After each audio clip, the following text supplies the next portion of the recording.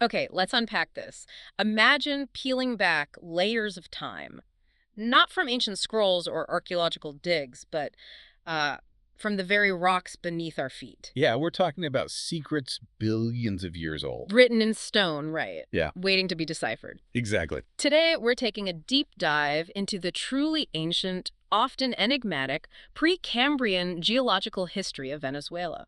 And this isn't just about, cataloging old rocks. No, it's about understanding the very foundations of a continent, the bedrock upon which everything else has been built. That's right. And for you, the curious university-level geochemist, our mission is to provide a really detailed explanation of precisely what occurred in each major epoch of this incredible story. Absolutely. The material we're drawing from for this deep dive is, well, it's a comprehensive synthesis. Detailed geological studies, cutting-edge research papers, the classic stratigraphical lexicons. It offers that university level perspective on tectonic stratigraphy and, crucially, the geochemical signatures that define each period. Mhm. This isn't just a survey, it's really an invitation to understand the nuances. Absolutely. Our core mission here is to distill this complex tapestry of tectonic events The magmatic activity, the metamorphic transformations. and the patterns of sedimentation that shaped this crucial formative period. We'll trace the evolution of these massive crustal blocks, examine the precise nature of the ancient rock formations. And perhaps most importantly, explore the why behind their current distribution and geochemical makeup. Prepare for some genuine moments, I think, as we connect the dots across immense spans of geological time. And we'll be delving into the specific geochemical implications at every turn. Definitely. So to truly grasp Venezuela's Precambrian foundations, we need to zoom out first, right? Yep. Look at the grand scale of South America itself. Yeah, absolutely. The oldest, most stable Precambrian rocks across the continent are primarily concentrated in two colossal ancient continental blocks. The Brazilian Shield and the Guyana Shield. That's them. Think of them as the continent's original, incredibly stable, fundamental building blocks, the very anchors of the South American landmass. And understanding these shields is just crucial, isn't it? It is, because they represent the oldest, most stable, and least deformed parts of the continent. They are, quite literally, the foundation. The foundation upon which the rest of South America has accreted and developed. Exactly.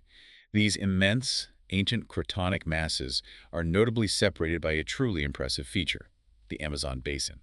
But the basin isn't just a surface depression, is it? No, not at all. It's the surface expression of a large, deep geofracture. We're talking something that projects over 700 kilometers into the Earth's crust. Biracle and colleagues pointed this out back in '72. Okay, this is where it gets really interesting for a geochemist. This debate about the Amazon basin geofracture. Right. Was it a fundamental weakness that formed way back in the Precambrian? Something that shaped the early continental fabric? Maybe even influenced mantle convection? Or did it arise much later? Perhaps with the initial breakup of South America during the Mesozoic, acting as a kind of pre-existing scar that just made rifting easier. And what kind of geochemical evidence could help distinguish between those two scenarios? Exactly. Could we see differences in, say, mantle xenoliths along the fracture? Or in the composition of associated igneous rocks? Yeah, that's the kind of question geochemists tackle. It raises this important point about fundamental crustal weaknesses and how they persist through geological time, directly influencing the long-term geochemical evolution of the continental lithosphere. Okay, so let's zoom in a bit. The Guyana Shield itself, it's part of the Amazonian Craton, right? Integral part, yes. Yes. It's a vast geological entity. Mhm. It extends across significant portions of the Venezuelan Guyana specifically. But it also reaches into Brazil, Guyana, Suriname, French Guiana, even a bit of Colombia. That's right. Its natural boundaries are pretty well defined, too. You've got the mighty Orinoco River to the north and west, and the sprawling Amazon rainforest to the south. And as a fragment of ancient Pangaea, its rocks hold this incredibly long, relatively undisturbed geological history. And what's particularly significant, geologically and geochemically, is that these rocks haven't undergone any substantial tectonism or deformation since the Proterozoic. Billions of years of relative quiet. Imagine that. It's remarkable. For a geochemist, this prolonged stability has profound implications. It means great preservation, so we can read an unusually clear, long-term geochemical record. And it also impacts the erosion processes that have acted on it continuously, right? Precisely. This shield has suffered intense, continuous erosion throughout its history. It's been a perpetual source of sediments for adjacent marine basins right up to today. Like the continent's steadfast ancient backbone constantly shedding its skin to build new landscapes. That's a good way to put it. And for a geochemist, this long history of erosion and stability means you can expect remarkably predictable source rock signatures downstream in sedimentary basins. So it gives you clues about ancient weathering processes. Absolutely. Clues about weathering, the long-term chemical evolution of the continental crust, even nutrient cycles over geological timescales. The stable geochemical signature of the Guyana Shield, particularly its unradiogenic strontium and neodymium isotopic signatures. Mm-hmm. They provide a consistent baseline. It helps us interpret the more complex, later accreted terrains. We can literally trace its geochemical fingerprint through younger sediments across the South Atlantic. Okay, now that we've set the stage, let's dive deep into the specific tectothermal cycles that define the Guyana Shield's history. All right. And we're going way, way back, Archean eon, starting around 3.6 billion years ago with the Gurians orogenesis. The very beginning. Pretty much. Yeah. The Guyana Shield's geological evolution truly begins with the development of Earth's primitive terrestrial crust. The oldest documented part, formed around 3.4 billion years ago, is the Imataka province. 3.4 billion, that's staggering. And there are even some sectors near Guri that might push past 3.2 billion years old. We're talking the very dawn of crustal formation, some of the earliest stable continental crust on Earth. And geologically, the Imataka province is distinct, isn't it? Classified as a non-ophiolitic mobile belt. Correct. Its primary lithologies include gneisses, granulites, and significantly, iron formations. They're all part of what's called the Complejo Imataka, and all unequivocally Archean. It also contains remnants of lower Proterozoic greenstone belts, though. It does, yeah, which indicates a long and complex history with later overprinting. Geographically, it's north of the Guri Fault, stretches to the Orinoco River, and includes part of the Sierra de Imataka. And economically, it's huge, mostly for iron, right? The banded iron formations, or BIFs. Primarily, yes. Those BIs are vast, but it's also a source of kaolin, manganese, bauxite, and its rocks are used a lot in construction. For geochemists, though, the economic significance isn't just the materials, it's what their formation tells us about the early Earth. Exactly. The rhythmic layering in DIFs, those iron-rich and silica-rich bands, it's a direct geochemical fossil record. It tells us about fluctuating oxygen levels in the ancient oceans, long before the Great Oxidation event. So you can analyze things like their iron isotope ratios. Precisely. We use iron isotopes to differentiate between different microbial iron cycling pathways. It gives us unparalleled insights into the coevolution of early life and Earth's surface chemistry. That's powerful stuff from old rocks. What about the origin, the protolith of Imataka? Ratmirov had ideas back in '65. He did. He suggested the initial environment was a geosynclinal setting, characterized by sedimentation of graywags and basaltic flows. And some lesser stuff, too. Calcareous shales, carbonaceous shales, and those BIFs again. It implies a very dynamic early Earth environment, one where volcanism and diverse sedimentation were happening side by side. So what was the depositional setting like? Likely a broad depression in the original terrestrial crust.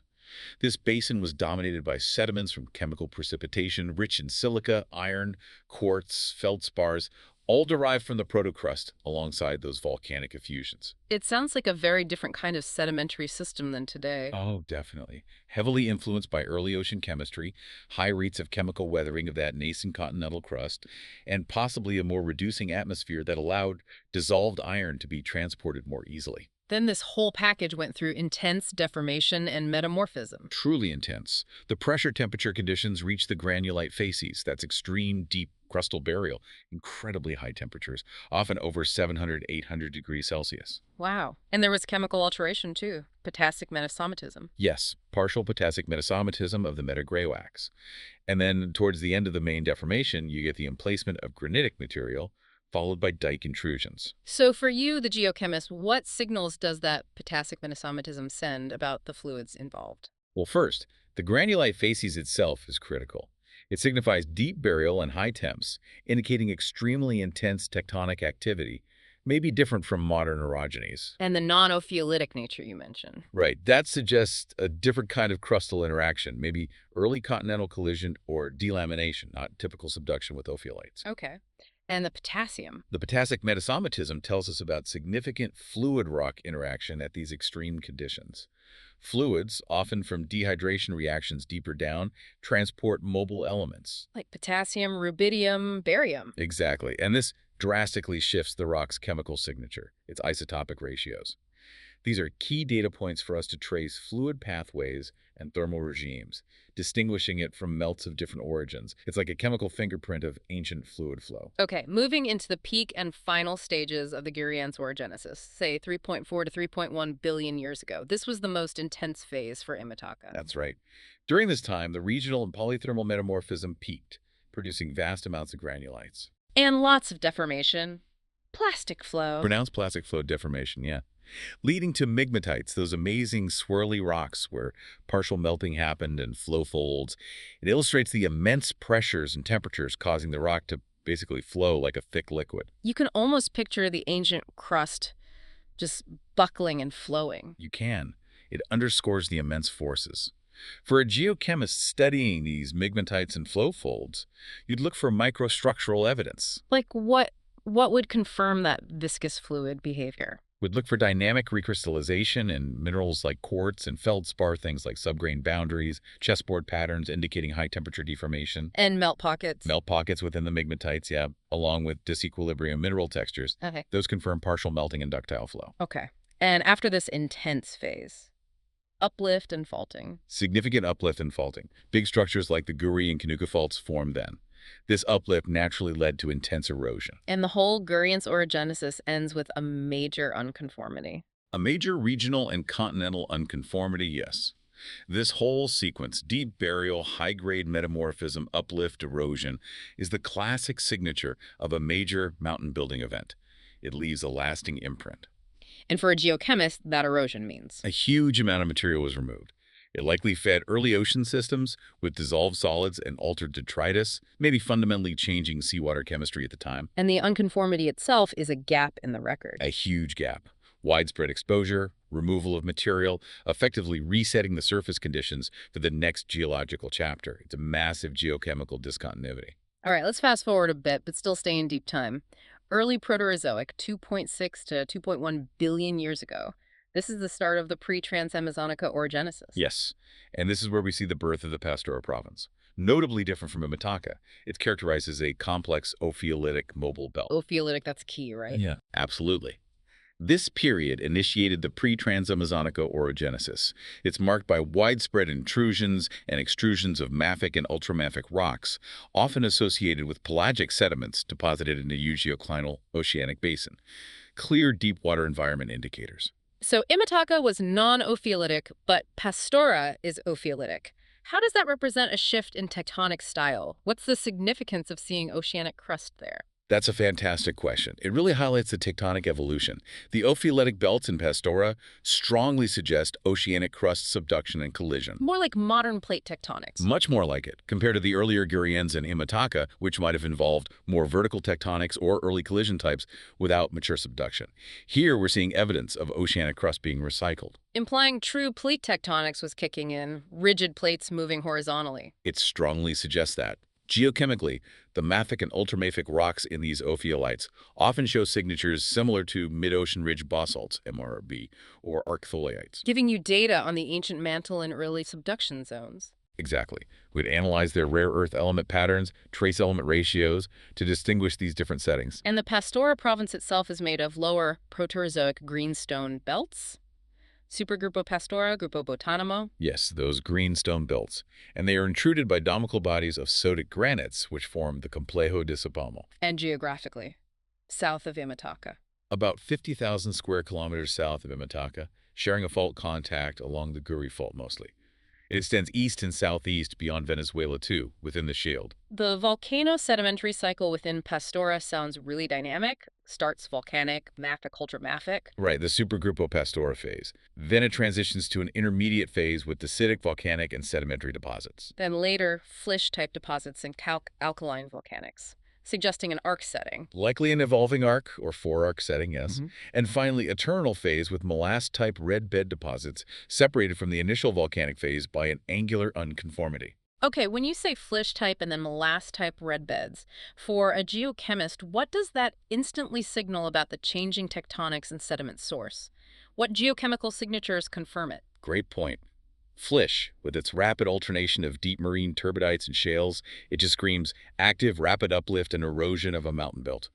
Often signals a foreland basin forming in front of a collision zone. And geochemically, what would you look for in the flysch? Detroidal zircon signatures, especially their age populations, would be key, or rare earth element patterns. They tell us precisely which part of that rising origin was eroding mafic crust, felsic crust. And the molasse, the red beds? That typically represents the post-collisional phase. Shallowing basins, continental or shallow marine, filling up with the final erosional products of that now stabilizing mountain range. Geochemically different signatures, though. Definitely. We'd look for distinct weathering indices in the molasse, increased K-O ratios maybe, or changes in immobile element ratios like altai, indicating more intense long-term chemical weathering in a stable cratonic setting. So that whole sequence, from deep marine to continental molasse. Clearly indicates a highly dynamic basin evolution. Cycles of crustal extension, subduction, uplift, erosion. Geochemically, the early mafic rocks are primitive mantle melts, while the later dacitic and alkaline stuff shows increasing crustal contamination or fractional crystallization as the arc matures. Now, you mentioned the name Pastora itself is debated group, series supergroup. That precision matters for geochemistry, right? Hugely important for precision. The Léxico Estratigráfico de Venezuela back in 1970 suggested limiting its use to the El Cauca region, focusing on specific units. Like Grupo Carichapo with Formación Calillas, Capra, Florinda, Eurowater. Exactly. And then Supergrupo Pastor itself with Formación Caviape, Los Caribes, Venimo. These precise definitions are crucial for accurate correlation and geochemical comparison, especially when trying to differentiate distinct terrains based on their unique geochemical fingerprints. Okay, let's move to the peak of the pre-Transamazonica orogenesis, 2.4 to 2.2 billion years ago, the most intense stage for Pastora. It was. During this period, we see significant sedimentation, including those vast flysch deposits, along with regional sinking of the basin. And metamorphism ramped up, green schist to amphibolite facies. Yes, that progression reflects increasing pressure and temperature during burial and deformation, a classic signature of a major orogenic event. Geochemists would track the chemical changes, element mobility, the formation of new minerals recording those peak PT conditions. And widespread plutonism, too, sodic granites. Extensive plutonism, yes, marked by the emplacement of soda granites. This caused significant contact metamorphism and migmatite formation in the surrounding rocks. Structurally, this led to granitic domes and greenstone symforms. Right, granitic domes and antiforms contrasting with the greenstone symforms. Yeah. Also, arcuate faults developed, followed by later transcurrent faulting. How do these sodic granites differ geochemically from the potassic ones we often hear about? What does that tell us about their source and emplacement may be linked to diaparism? Well, this interplay between granitic intrusions and greenstone belts is classic for ancient cratons, especially greenstone granite terrains. The granites often form diapurically, rising up from partial melting of the crust. Pushing through the less dense greenstones. Exactly. Salazar y Franco suggested these domical granitic bodies of the Complejo Supamo were emplaced likely due to diaparism of acid magma intruding the volcano's sedimentary sequence around 2230 to 2050 Ma. And geochemically, how are they distinct, these sodic TTG-like suites? Geochemically, these sodic granites, often classified as tonalite trondhjemite granodiorite or TTG suites, are different from later potassic granites. Their high sodium, characteristic trace element patterns, high SRY ratios, depletion in heavy rare earths often indicate melting of a mafic source at high pressures. Like subducted oceanic crust, or thickened lower crust. Could be either. It points to a different source or evolution path compared to the potassic granites we'll discuss, possibly reflecting earlier, less evolved crustal melts, or maybe even direct melting of a hydrated mantle wedge. Okay, and the final stages of pre-Transamazonica, 2.2 to 2.1 billion years ago. Winding down. The concluding moments, yes, characterized by significant uplift of the Pastora province block, plus more faulting. And then molasse deposition again. Following the uplift, yes. Yeah. Deposition of molasse-like facies, mainly in the upper part of the Botanimo group. These are typically syn to post-orogenic, indicating erosion of those newly uplifted mountains. A clear sign the orogeny was winding down. And the whole period ends with another unconformity. An intrusive and tectonic unconformity, yeah, signifying a complex relationship between the magmatism and the structural deformation. Geochemically, those molasse sediments would record the unroofing and erosion of the newly exposed metamorphic and igneous rocks. Their chemistry and isotopes providing a proxy for the collapsing origin. Exactly, a direct proxy. Now let's move into the Proterozoic middle ground. The Transamazonica orogenesis 2.0 to 1.7 billion years ago, starting with the Cuchivero province. Right. The Cuchivero province is characterized as a largely untectonized acid magmatic block. This event really initiated the Transamazonica orogenesis. And it's made of rhyolitic lavas and tuffs, slightly metamorphosed. Yes, the formation Kayakara. And these are intruded by extensive plutons of quartz, monzonite, and granite, like the Granito de Santa Rosalia and its buddies. The dominance of felsic, volcanic, and plutonic rocks really sets it apart. Geographically, where is this? South Central and Western Guyana Shield. That's right, extending across into Guyana, Suriname, even French Guiana. The tectonic setting during this period involved uplift of the Imataca Pastora block. While the eroded pre-Imataca cratons sank. Exactly, a complex interplay like a crustal seesaw. Uplift in one area, compensating for sinking and magmatism elsewhere. And the plutonic rocks here are epizonal to epimezonal, meaning shallower emplacement. Relatively shallower crystallization compared to some earlier, deeper plutons, yes, linking them more directly to potential surface volcanic expressions. Mostly alkaline granites, quartz monzonites. Predominantly those, yeah. With some granodiorites, fewer tonalites, rarely diorites, the dominance of acid magmatism and its relatively untectonized nature suggests large-scale melting events. Maybe related to crustal thickening, delamination, or rifting, rather than intense compression like before. That's the thinking. For a geochemist, epizonal plutons mean faster cooling rates, which can preserve certain textures and volatile contents, giving unique insights into the magma's journey. Their isotopic signatures would typically point to significant crustal reworking or differentiation. And another naming issue here, Grupo Cuchivero being problematic. Yes, really interesting for geochemical precision. Some authors used it broadly for different units like Formación Caicara or Granito de Santa Rosalia. But the accepted view now groups things like Metapsitas, Grupo Sopure, Granito de Pijuao, Granito de Parguaza, including the famous Rapakivi granite and Formación Sinaruco, all within the Cuchivero province. Correct. It highlights why precise lithidemic definitions are so vital for accurate geochemical mapping and interpretation. Misnaming a unit can completely throw off your isotopic and trace element models when you're tracing crustal evolution over billions of years. Okay, peak Transamazonica orogenesis now, 2.0 to 1.9 billion years ago. What's happening? This interval was marked by faulting of the Imataca Pastora block against a subducting crust, direct evidence of a convergent margin. And simultaneously, syntectonic high potassium granites were emplaced. Yes, intruded through zones of weakness in the pre-existing rock. And their emplacement was even preceded by ignimbritic and rhyolitic lava flows, signaling major silicic volcanism. Syntectonic granites, that's a clear geochemical and structural signature, right? Yeah. Magmatism happening during deformation. Exactly. Common in active continental margins where subduction drives crustal melting and compression. And the high potassium content is significant geochemically. Yeah. How would you figure out if that high K signature comes from, say, enriched lower crust melting versus evolved mantle magma? What isotopes or diagrams? Critical distinction. For high K granites, we'd immediately look at strontium and neodymium isotopes, SR&A. Partial melting of enriched lower crust usually gives high initial 87S R86S year and lower epsilon N values, indicating ancient recycled crust. And if it's fractional crystallization of mantle melt? Might see slightly different isotopic trajectories, still evolving towards crustal values, but maybe different. Trace element ratios like NBTA or THNB also give clues. Like allyl enrichment and HFSE depletion, pointing to subduction. Often, yes. Enrichment in large ion lithophiles like K, RB, Bear, and depletion in high field strength elements like NBD, Titanzi often points to subduction processes and crustal contamination. And the broader implication, crustal growth versus reworking. Profound implications. Wow. Tells us if new crust is being generated from the mantle or if existing crust is just being reworked and thickened. Huge consequences for understanding the rate of continental growth through Earth history. Okay, final stage of Transamazonica, 1.9 to 1.7 billion years ago. Uplift and normal faulting now. Yes. Normal faulting typically signifies extension, often after compression as the crust relaxes or collapses. Followed by buoyant emplacement of anhydrous, potassium-rich granites like Granola, Paraguay. Exactly. The anhydrous nature is important. Geochemically means crystallization from low water melts, affecting mineralogy, texture, solidification depth. And it all ends with another big regional unconformity. Yes, widespread erosion, another major shift in geological conditions. Phew.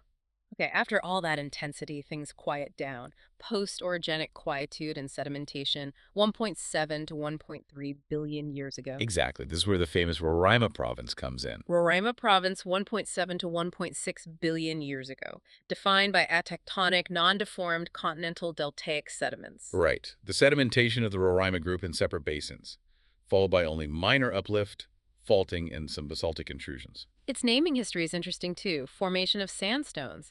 Serra de Roraima, finally, Grupo Roraima. And its type locality is the iconic Cerro Roraima itself in the Grand Sabana area bordering Brazil and Guyana. Lithologically, mostly quartz auranites. Predominantly quartz auranites, yeah. Smaller amounts of feldspathic sandstones, shales, silicified volcanic tuffs.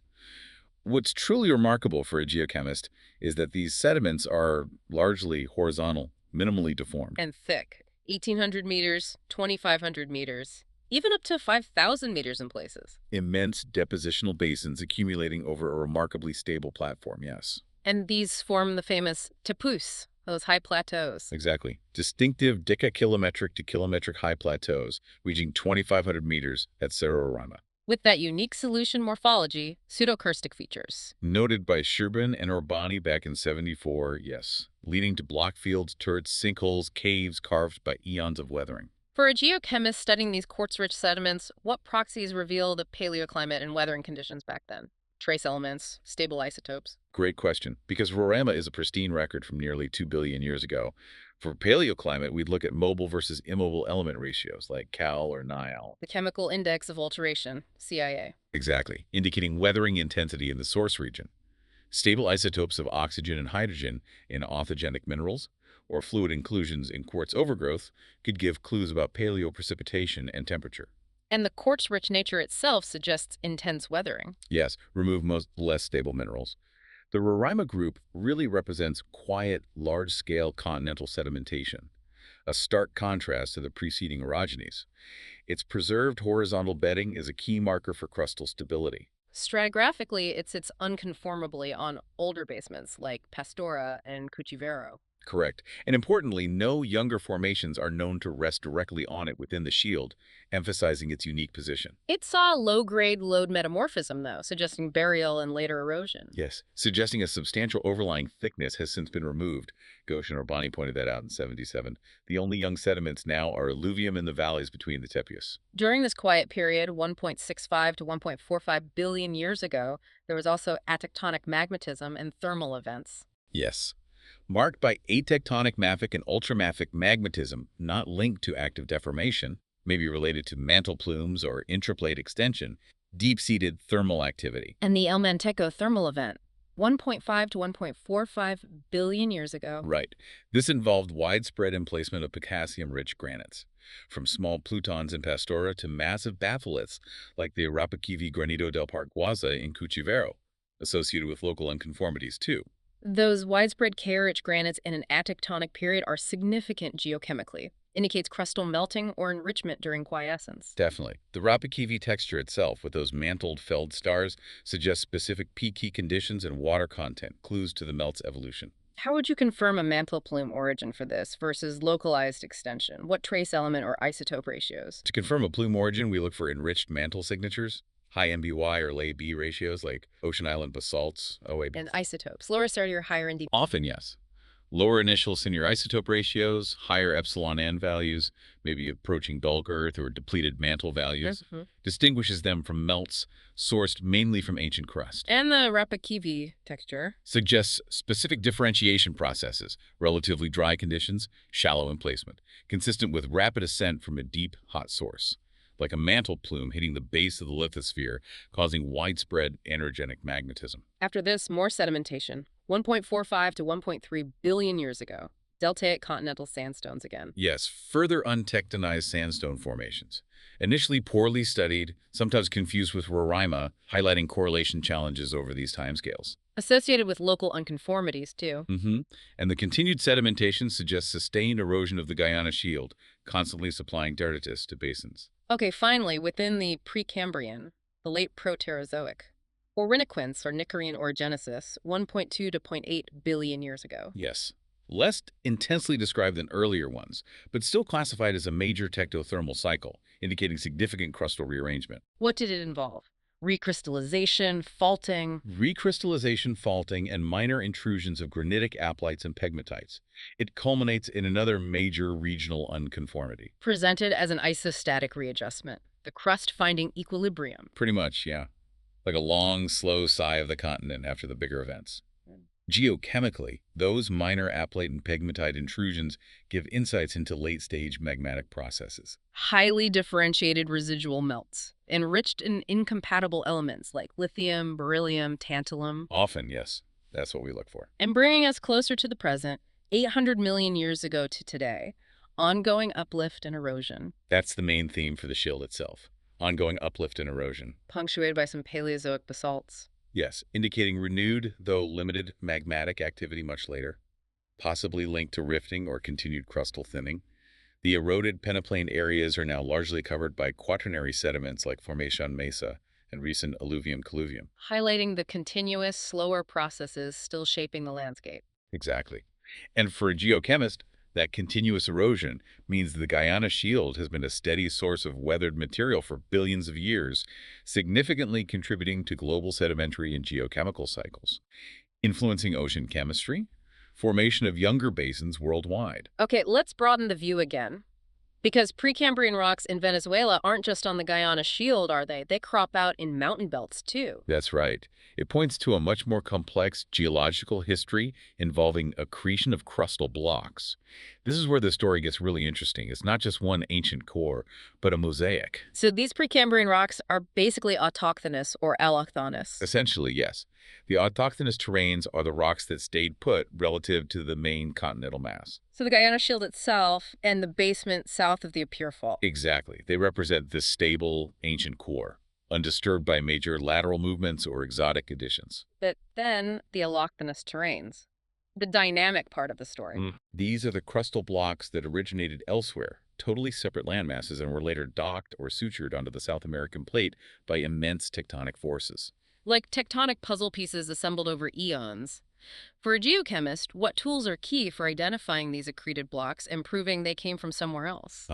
Well, we rely heavily on a combination of absolute geochronology, especially UPB dating of detrital zircons to fingerprint source regions. And distinct isotopic signatures, SNEAR, ND, HFPV. Exactly.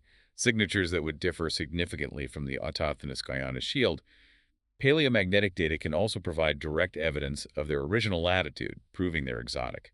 And this accretion started early Paleozoic. The initial attachment began then, yes.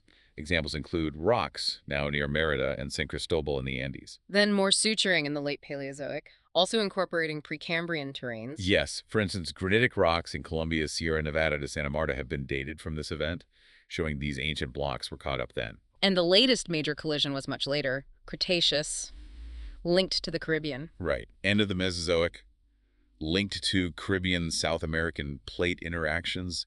And within this younger allochthonous block, Precambrian rocks have been found in surprising places, like around Caracas and south of Valencia. So connecting this to the big picture, these allochthonous terrains show continents growing by adding exotic fragments. It's a fascinating aspect of plate tectonics. And for a geochemist, identifying these blocks by their geochemical signatures and ages gives critical insights into their origins and how continents amalgamate.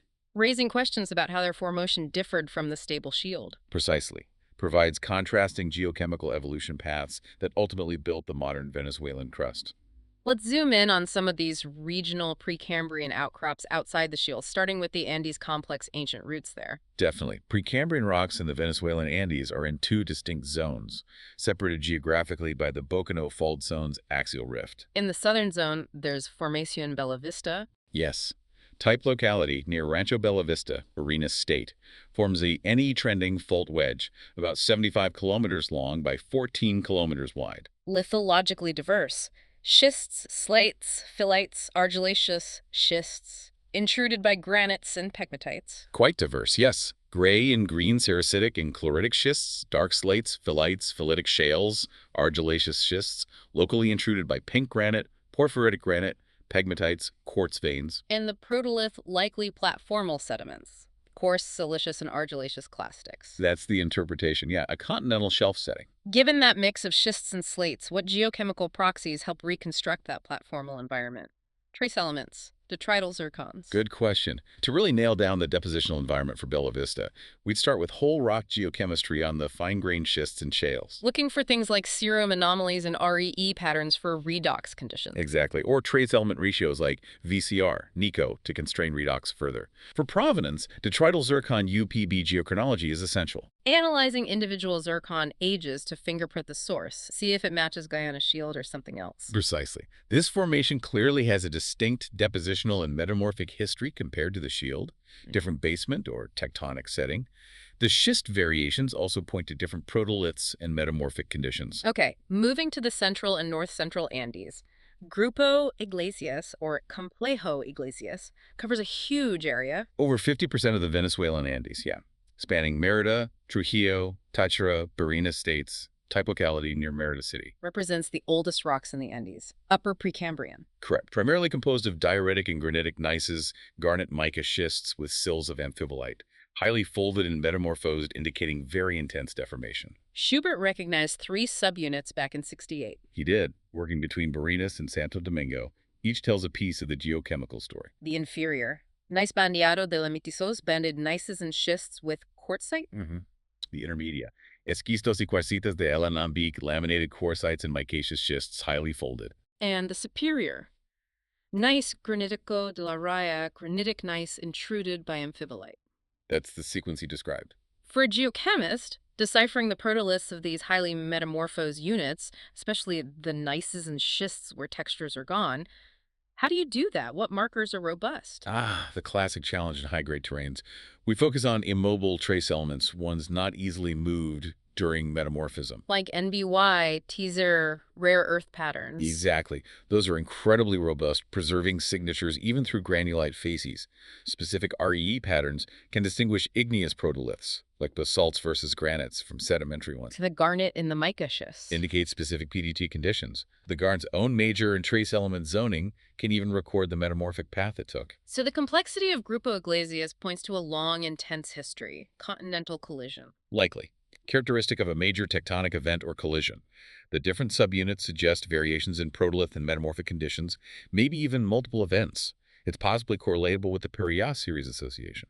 Suggesting a shared ancient regional history for these Andean basements. Right. And the formation Sierra Nevada nearby, also with schists, gneisses, amphibolites, granites, might encompass or correlate with parts of Iglesias. Similar high-grade processes, maybe different mapping. Moving west now, Zulia State. Formation Perija. Yes. Type locality at Caña Grande in the Perija region. Lithology. Hard quartzites, mica schists, gneissic schists, intruded by granite. That's it.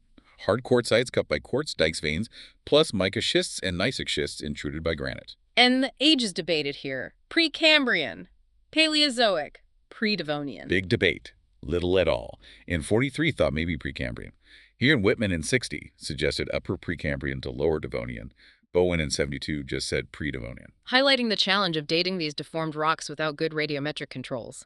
What specific dating techniques beyond UPB zircon would help resolve this ambiguity? How do you handle isotopic resetting? Exactly the problem geochronologists tackle. Beyond UPB on zircons for crystallization age, we definitely use RR dating on minerals like muscovite or biotite. Or KR on whole rock to constrain metamorphism and cooling. Right, because those minerals close their isotopic systems at lower temperatures. If there's evidence of multiple events, we'd apply multiple thermochronometers, apatite, or zircon fission track, UTS. To build a full cooling history, unravel the uplift sequence. Exactly. Dealing with resetting means looking for undisturbed domains in crystals or using step heating experiments to separate different generations of argon or lead loss. Yeah, but despite the age debate, it's broadly correlated with Bella Vista and Iglesias based on lithology. Yes, suggesting a shared regional ancient history across western Venezuela, even if specific ages need refining. Okay, last region, enigmatic outcrops in north-central Venezuela, Complejo do Yumare in Yaracuy. hmm Lithologically, gneissic rocks similar to Complejo de Aritaga, but notably includes anorthosite, granulite, amphibolite, and pyroxenite. And the age was initially questioned.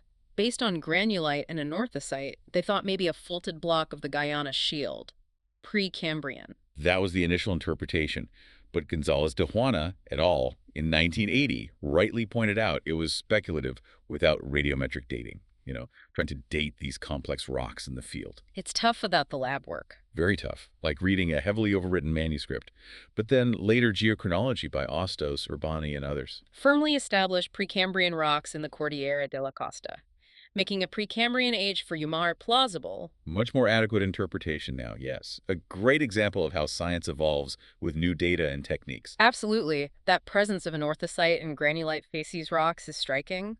For a geochemist, what's so significant about anorthosite? What does it hint at? Anorthosite is indeed highly significant. It's an igneous rock almost entirely made of plagioclase feldspar.